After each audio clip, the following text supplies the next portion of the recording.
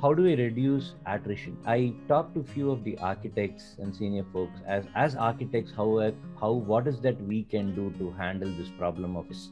Nishant, can you?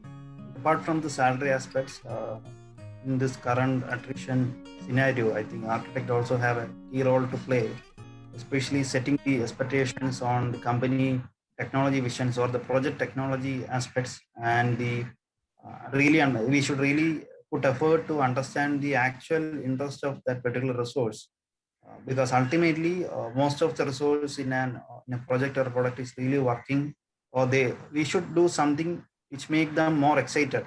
Otherwise they would lose the interest on the current ecosystem, and the only thing which would ring in their mind would be to go for a better salary, because that is the only thing they would be attracted, or the others company can keep them attracted, or to acquire or to attract new talents. But they are not much cared about once they get into that company actually what would be their ecosystem. They don't have any visibility.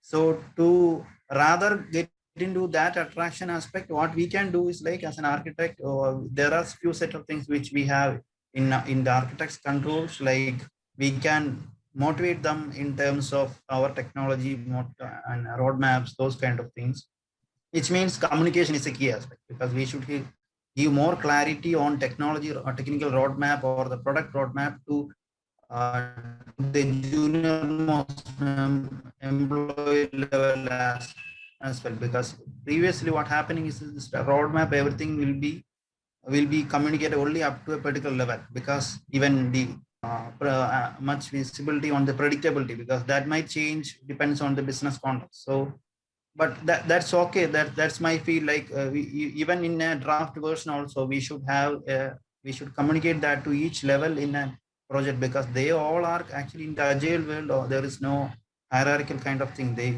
actually, finally, it is a team which is finally building a product or a project. So the information should go to all level, and that will also keep them motivated. Like, they would think like they are also part of this and the end goal or end vision. So that might be the one set of motivation aspect that the architects can do or play a key role to make them motivated, or to keep those such talents which are really keen about what exactly happening in their ecosystem. So we are in the phase of the great resignation. That's the talk of the town, right? So that happens in that layer, the CXO layer, right? So the architect's main role here is how to convert the vision of a company into a blueprint and make sure they coach the CXOs and communicate that to the industry and also to their team to become them as a role model. So the key part of the architecture responsibility is to make sure the company vision is translated into a purpose as a thought leader. That's where the key message that I want to give for an architect influence into CXOs, which naturally brings the lower, the less experienced people in the company to follow the role model and make sure they are getting inspired out of it. That solves a whole gamut of problem. The generation is keep on changing. See, previous generation, they'll work whatever the job we are giving it, and they are satisfied with that.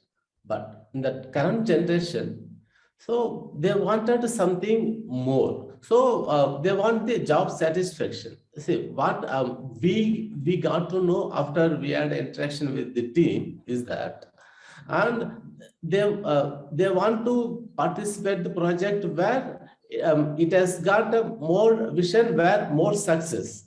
So for example, in our own company, we have developed the one product, but it has not gone out. So the team is keep on asking, we have developed some that product, why it is not out? What is the status? So that vision we need to give them. So they are more curious about the product which affect the more life, and they wanted to give more they wanted to develop the product which gives the more life-changing effects. So they're not happy with just developing code. It revolves around what the architect's job really is, right? So in the circle of control is what taking the point further from Raja, is making this great technology, right, or leading the thought in the organization itself, right, so that people are influenced by that thought process, right, and creating this great piece of technology or creating this great architecture, and if, for the lack of a better word, making it sexy enough that people want it, uh, that is directly in control of the architect, right? So that is what they should be focusing their efforts on, right? And of course, getting the right skill levels, right? We have talked about skills in the past also. That is also very much in control of the architect, making sure that they are defining what are the skills required to execute the technology which they are trying to produce, right? So if you have because why do people really leave, right? People will leave, either they can, you are asking too little of them, or you are asking, which is the challenge which Venkat is talking about. It says you are doing something and is not really giving an output. You are asking too little of them because their outcome is not visible to anybody.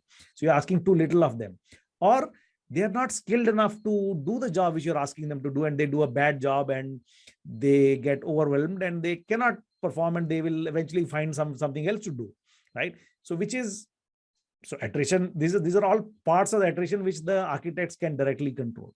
There are obviously other reasons which attrition happens which are out of control.